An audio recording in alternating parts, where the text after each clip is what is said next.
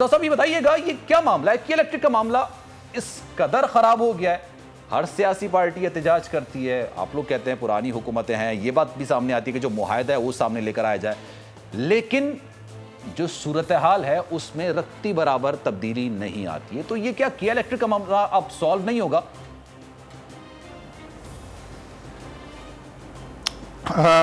मैं जिधर से बिस्मिल्लाहिर्रहमानिर्रहीम जहाँ से शुरू करना चाहता हूँ।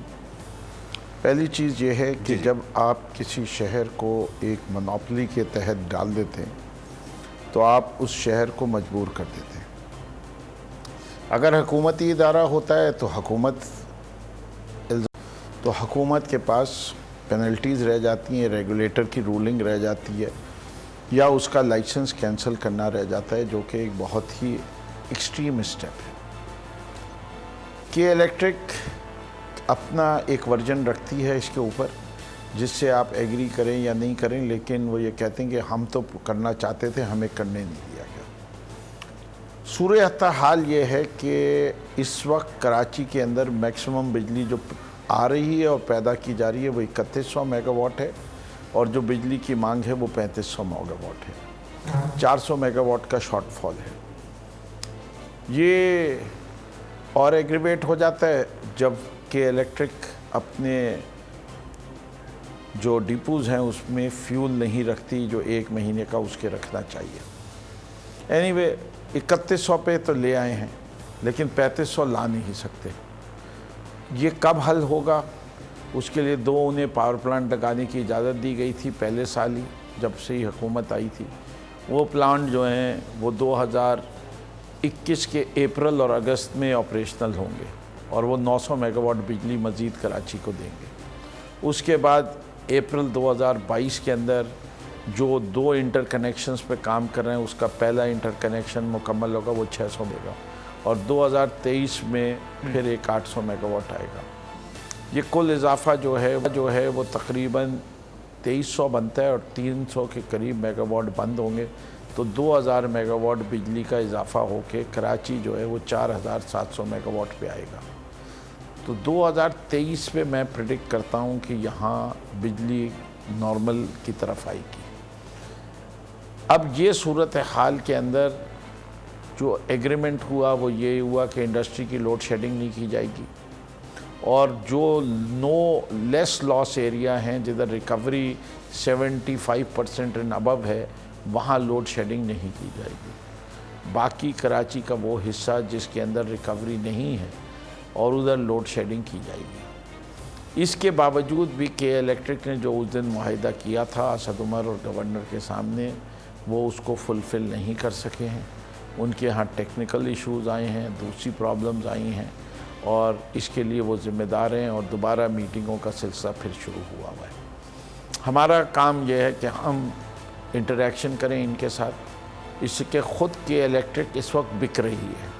जो इसके मालिक थे अबराज ग्रुप, वो इस वक्त लिक्विडेशन में है, और नया मालिक जो है उसकी अभी तक डील अप्रूव नहीं हुई, जिसको मैं समझता हूँ कि एक किनारे लगा देने चाहिए, जिस तरफ भी लगाना है, कि एक नया मालिक आ जाए कि वो इन्वेस्टमेंट की डिसीजन और तेज़ी से ले सके। ये सूरत हाल है। शहरियों को आगाह रखना हमारा फ़र्ज़ है, और ये 2005 से आज 2020 हो गए प्राइवेटाइजेशन के बावजूद, जहाँ के इलेक्ट्रिक में कहीं कहीं बेहतरी आई है निज़ाम के अंदर, लेकिन ये लोड शेडिंग का मामला पिछले 15 साल से बदस्तूर यूँ ही चल रहा है कि हर साल लेकिन बिजली की मांग एक आम इंसान, बिजली की रसद, मुझ जैसा इंसान, आम इंसान ये अगर सोचे कि मैं पैसे भर रहा हूँ, मैं बिल अदा कर रहा हूँ, और मैं ज़्यादा बिल अदा कर रहा हूँ, जितनी कीमत है उससे ज़्यादा बिल अदा कर रहा हूँ, ओवर बिलिंग भी मुझ पर लग रही है, लोड शेडिंग भी मुझ पर हो रही है, पर यूनिट इजाफा। अब मैं प्रेस कॉन्फ्रेंस देख रहा था कि इलेक्ट्रिक के सीईओ की, वही कह रहे थे कि कराची में बिजली बाकी सूबों की निस्बत बहुत कम है। मेरे पास आदादो शुमार पड़े हुए हैं,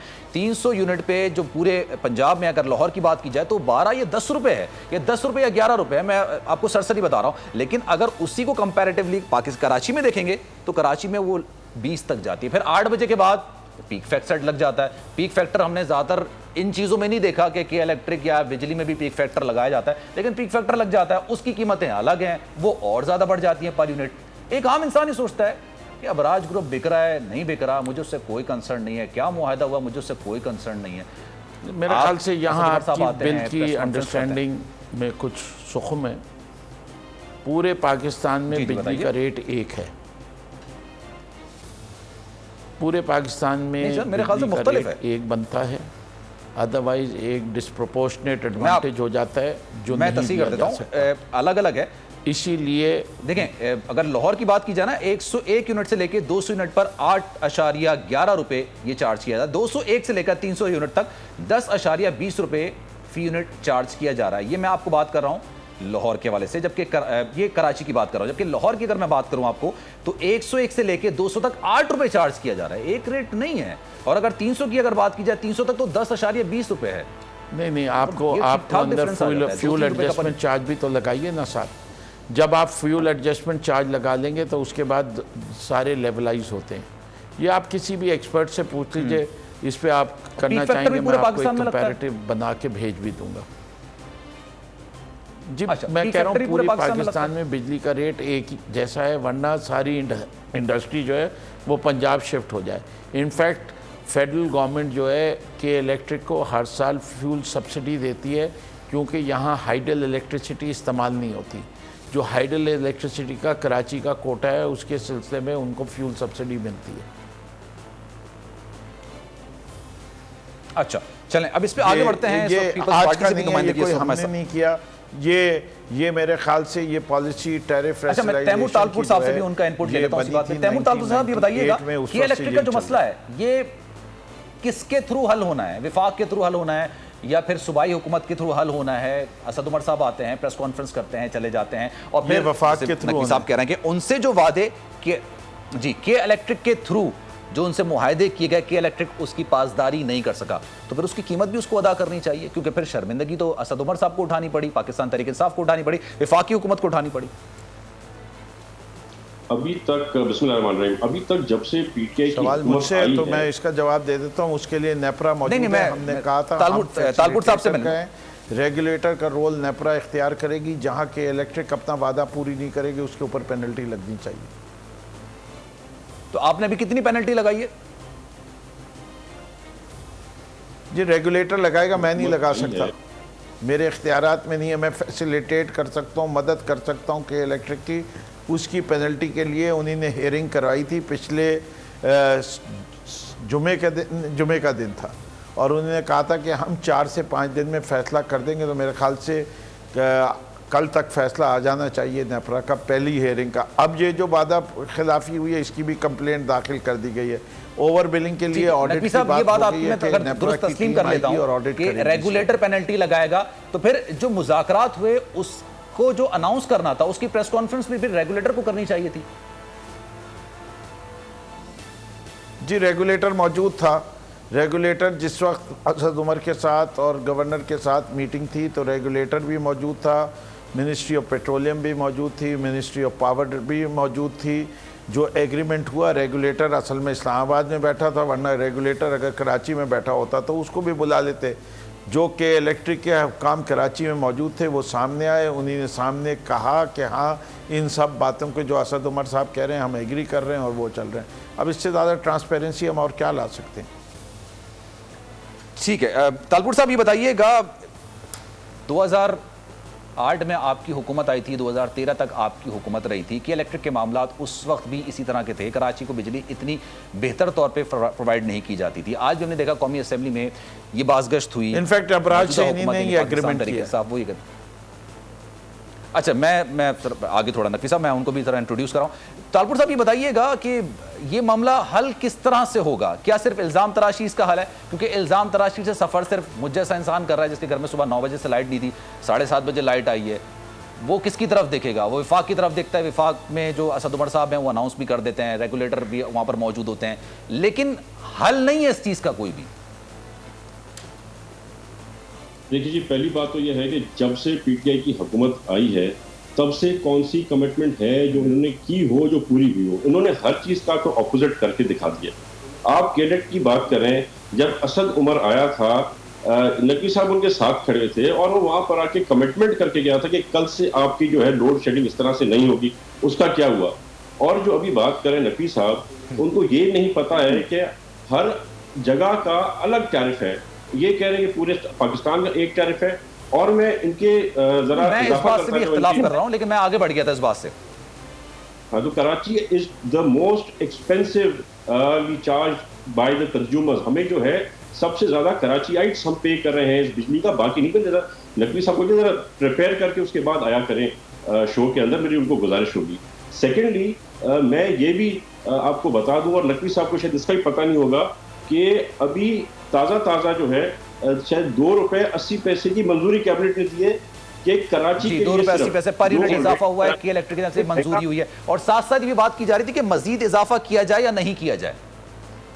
जी, तो ये ₹2.80 शायद ये भी सिर्फ कराची पे ऐड होने हैं, यानी कि एक सबसे महंगी बिजली कराची है इसके ऊपर, और अब उससे भी ज्यादा महंगी करके दे रहे हैं। बाकी प्रोविंसेस के लिए नहीं किया, तो शायद ये टारगेट की सिंध को कर रहे हैं, क्योंकि सिंध में इनकी हुकूमत नहीं आई है। क्यों ये ज्यादती कर रहे हैं, सिंध के साथ आके ऐलानात करके जाते हैं, और शर्मिंदगी भी इनको नहीं होती, अगले दिन ये उन्हीं सारी चीजों से हट जाते हैं। तो इस तरह से तो किस पे भरोसा करें हम? फेडरल गवर्नमेंट ने जो लाखों नौकरियां देनी थी, जो लाखों घर देने थे, वो तो चले गए, पर जो बेचारे रोजगार थे आपने उन सबको बेरोजगार कर दिया। आपने स्टील मिल्स में क्या किया? कहाँ जाएंगे लोग? आज जो हालात चल रहे हैं, आपने देखा है कि कितना रेट हाई हो गया है इसका, आपका चोरियों का, डकैतियों का। क्यों हो रहा है? क्योंकि आपने लोगों को भूखा कर दिया है, आपने उनसे उनकी नौकरियां छीन ली हैं।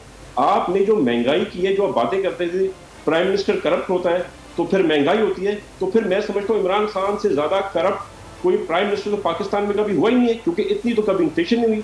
ये लोग बातें करते थे कि हम जो है सारा जो इनका कर्जा वर्जा खत्म कर देंगे। इन लोगों ने तो खाना खराब कर दिया हमारी इकोनॉमी का। हम सलमान साहब, जो 15 साल में हुकूमत ने 15 साल में जो अलग अलग हुकूमतें ने लोन उठाए थे, वो लोन इन्होंने 2 साल में उससे ज्यादा उठा लिए। तो ये जो बात करें कि 2000 फलाने साल में बिजली का मसला हल होगा, 2000 फलाने साल में वो होगा, कुछ भी नहीं होगा। अगर ये बैठे हुए हैं तो हमारे पास शायद कुछ साल बाद बिजली होगी नहीं, हम जनरेटर पे काम करेंगे। जो अमीर क्लास है, जो पीटीआई वाले सारे बड़े बड़े बिजनेसमैन हैं और अपना इनके एटीएम से, उनकी तो खैर है, वो एटीएम तो सारे जनरेटर चला के, आम पब्लिक का, आम आदमी का क्या होगा?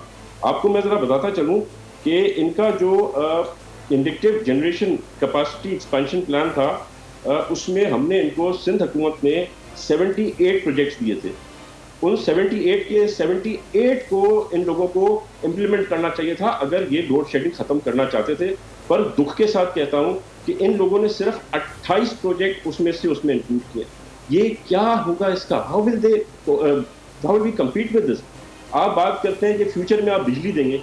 हमने जी ऑफर की, सिंध ने, वाहिद हुकूमत जो इस टाइम पर काम कर रही है वो सिंध हुकूमत है। हमने इनको ऑफर दी थी कि हम आपको 10 प्रोजेक्ट हमें ये करने दें जो 6600 मेगावाट इलेक्ट्रिसिटी बनाएंगे कोल से। उन 6 प्रोजेक्ट्स में क्या इनको इशू था कि क्यों इन लोगों ने हमें इंक्लूड नहीं करने दिया? ये भी इसी जो आपने बताया उसके अंदर हमने 39 प्रोजेक्ट्स दिए थे फेडरल गवर्नमेंट को, जो कि हम विंड के थ्रू इलेक्ट्रिसिटी प्रोड्यूस करना चाह रहे थे। उन 39 प्रोजेक्ट्स में से सिर्फ 12 प्रोजेक्ट उन्होंने जो है सो इंक्लूड किया, वरना ये 39 प्रोजेक्ट्स हमारे 2485 मेगावाट्स ऑफ इलेक्ट्रिसिटी इनको जनरेट करके देते। फिर ये हमारे सूबे रखते हैं कहीं और लेते। और लास्ट हमने इनको कहा था सोलर, उसके लिए कि हम सोलर पे इनको प्रोजेक्ट्स करके दे रहे हैं 28। उन 28 प्रोजेक्ट्स में से सिर्फ 3 प्रोजेक्ट्स इन्होंने किए हैं ना। मुझे ब्रेक पे जाना है, लेकिन मैं वापस आऊंगा आपकी तरफ। इस वक्त जाफर साहब ने मुझे ज्वाइन किया, मैं उनको इंट्रोड्यूस कराना चाह रहा हूं क्योंकि फिर ब्रेक का वक्त हो जाएगा। ब्रेक के बाद भी इस सिलसिले को आगे बढ़ाएंगे। ये बताइएगा जाफर साहब कि ये बाज़गश्त कौमी असेंबली में भी सुनाई दे रही है आपके के इलेक्ट्रिक की जानिब से मनमानियों का सिलसिला जारी है, ओवर बिलिंग अपनी तरफ, लोड शेडिंग अपनी तरफ। एक अजाब है, कराची की गर्मी सबके सामने, उसके बावजूद फिर हादसात होते हैं और ऐसे हादसात होते हैं कि जाने चली जाती हैं। आपकी नज़र में किसका मसला है? क्योंकि पाकिस्तान तहरीक इंसाफ अक्सर ये बात कहती है कि माजी की हुकूमतों की वजह से ये प्रॉब्लम हो रही है। तो आप ये समझते हैं कि आपने 2013 से लेकर 2018 तक आपकी हुकूमत थी, तो आप लोगों ने सही इक़दाम नहीं उठाए जिसकी वजह से आज अवाम ये खमियाजा भुगत रहे हैं? बिस्मिल्लाहिर्रहमानिर्रहीम, बहुत शुक्रिया। पीटीआई क्या कहती है, मेरे ख्याल अब ये मुझे और आपको बताने की और आवाम को पूछने की भी जरूरत नहीं है। जो पीटीआई कहती है आप उसके उल्ट सोच लें, असल बात वो होगी। और फिर जिन साहब को पीटीआई ने कराची का ये मसला हल करने के लिए भेजा, एक तो ये कि वो जो 200 लोगों की टीम थी उसमें से वाहिद एक यही बंदा असद उमर साहब ही हैं जो कहीं मंजर आम पे नजर आते हैं।